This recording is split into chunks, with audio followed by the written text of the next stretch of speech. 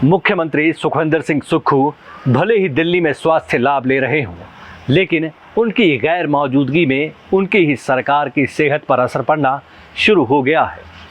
सरकार में लोक निर्माण मंत्री विक्रमादित्य सिंह ने सरकार के क्रशर बंदी क्रिया पर अपनी प्रतिक्रिया दी है, तो उद्योग मंत्री हर्षवर्धन चौहान ने उनके सुर में अपनी ताल मिला दी है। क्रशर बंदी क्रिया पर अब जो प्रतिक्रियाएं आ रही हैं वो आप खुद देखिए और सुनिए।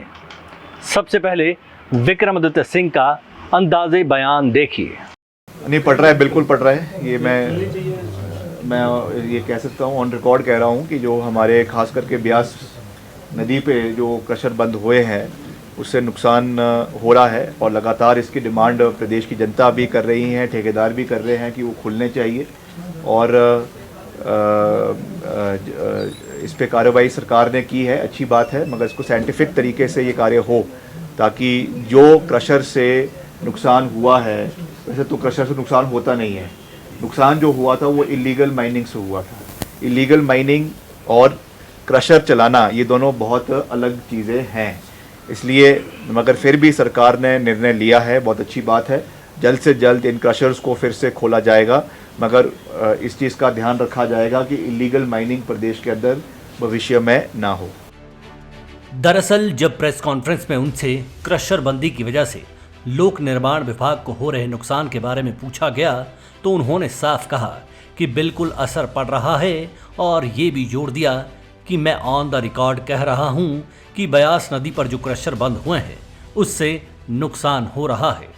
यहाँ पर विक्रमादित्य सिंह ने सियासी लफ्फाजी को हथियार बनाते हुए ये तो माना कि अगर सरकार ने फैसला लिया है तो इसकी वजह अवैध माइनिंग ही है, पर साथ में ये भी कहकर सरकार के क्रशर बंद करने के फैसले को कटघरे में खड़ा किया कि नुकसान क्रशरों से नहीं हुआ बल्कि अवैध खनन से हुआ था। इसके बाद विक्रमादित्य सिंह ने अपने लफ्जों की ढाल को बड़ी ही खूबसूरती के साथ सरकार की हिफाजत का जरिया बनाया। सरकार द्वारा अभी तक उठाए गए कदमों पर अपनी सहमति भी दर्ज करवा दी, लेकिन सहमति से पहले सरकारी फैसले पर इशारों ही इशारों में असहमति दर्ज करवाने में भी परहेज नहीं बरता। अब बात करते हैं हर्षवर्धन के इसी मुद्दे पर आज दिए गए ताजा बयान पर। सुनिए। जो बैन किया गया था माइनिंग को, जो ब्यास के इर्द गिर्द किया गया था, वो डिजास्टर मैनेजमेंट ने किया गया था, हमारे इंडस्ट्री डिपार्टमेंट ने नहीं किया गया था। जो आप बात कह रहे हैं कि मटेरियल की स्कैर्सिटी है, मटेरियल बहुत महंगा हो गया, ये सत्य है। और मुझे विक्रमादित्य सिंह जी ने भी कल भी मुझे फ़ोन किया था, उन्होंने लेटर भी लिखी है, क्योंकि मंडी कुल्लू और कांगड़ा में PWD को जो मेटलिंग टारिंग ऑफ रोड्स है उनका काम खड़ा हो चुका है। मंडी में भी ये स्थिति है, कांगड़ा में भी ये स्थिति है, रेट्स महंगे हो चुके हैं और पंजाब से जो है वो मटेरियल हिमाचल प्रदेश में बजरी और रेत जो है वो आ रहा है, उससे हमको रेवेन्यू लॉस भी हो रहा है। हमको इंडस्ट्री डिपार्टमेंट को ये मान के चलो, अगर हम इन टर्म्स ऑफ रॉयल्टी करेंगे तो इन टर्म्स ऑफ रॉयल्टी हमारे को 50 लाख रुपीज़ पर डे का जो है वो नुकसान हमको हो रहा है। लोगों को भी निश्चित रूप में दिक्कत हो रही है, क्योंकि मुख्यमंत्री जी मुझे लगता है 2-3 दिन में आएंगे और मुख्यमंत्री जी से भी मेरी चर्चा हुई है और मुझे लगता ये जो है क्रशर्स पे जो बैन लगाया है इसको जल्द ही खोल दिया जाएगा। देख ही लिया होगा आपने, चौहान साहब ने भी नरमी गर्मी बराबर बनाकर रखी। पहली बार खुलासा किया कि क्रशर बंद का फैसला सरकार का नहीं था बल्कि डिजास्टर मैनेजमेंट से जुड़े तबके का था। उसी की सिफारिश के आधार पर यह फैसला लिया गया है।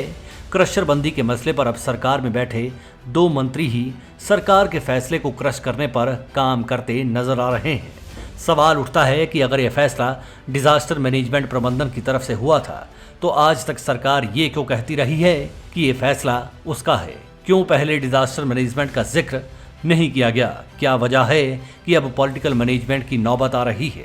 सवाल तो ये भी है कि अचानक से दोनों मंत्रियों ने इस फैसले को अपने टारगेट पर लिया है। इस माहौल में सबसे दिलचस्प पहलू ये भी है कि कहीं ना कहीं ये भी नजर आ रहा है कि दोनों मंत्री मुख्यमंत्री सुखविंदर सिंह सुक्खू की रजा में अपनी उम्मीदों की रजा को रखे हुए हैं।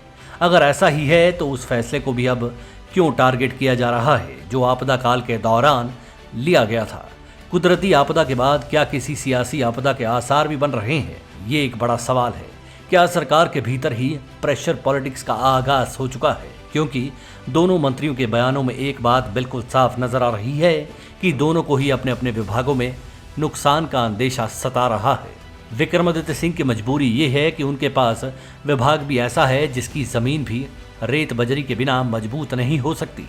जिस तरह से रेत बजरी सीमेंट का मसाला किसी निर्माण के लिए जरूरी होता है, उसी तरह सियासत को मजबूत करने के लिए भी सियासी मसाले की रेशो बराबर रहनी चाहिए होती है। विक्रमादित्य सिंह ने बखूबी क्रशर बंदी के मसले पर ऐसा मसाला बनाया कि सबको सियासत में उनकी मजबूती भी नजर आ जाए और सरकार को भी लगे कि अब क्रशर खोलकर जनता में उठे बवाल को बिठाना जरूरी होगा।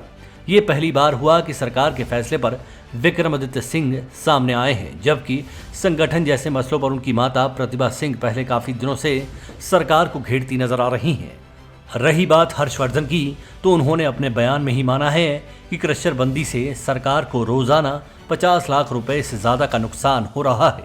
हैरानी की बात यह भी है कि ये सब तब हो रहा है जब प्रदेश के मुखिया सुखविंदर सिंह सुक्खू प्रदेश से दूर दिल्ली में है। खैर, सियासत है तो जाहिर सी बात है कि अब माहौल वेट एंड वॉच वाला नहीं रहा है और बवाल सवाल बराबर खड़े हो रहे हैं, या फिर ये भी कहा जा सकता है कि बराबर खड़े किए जा रहे हैं।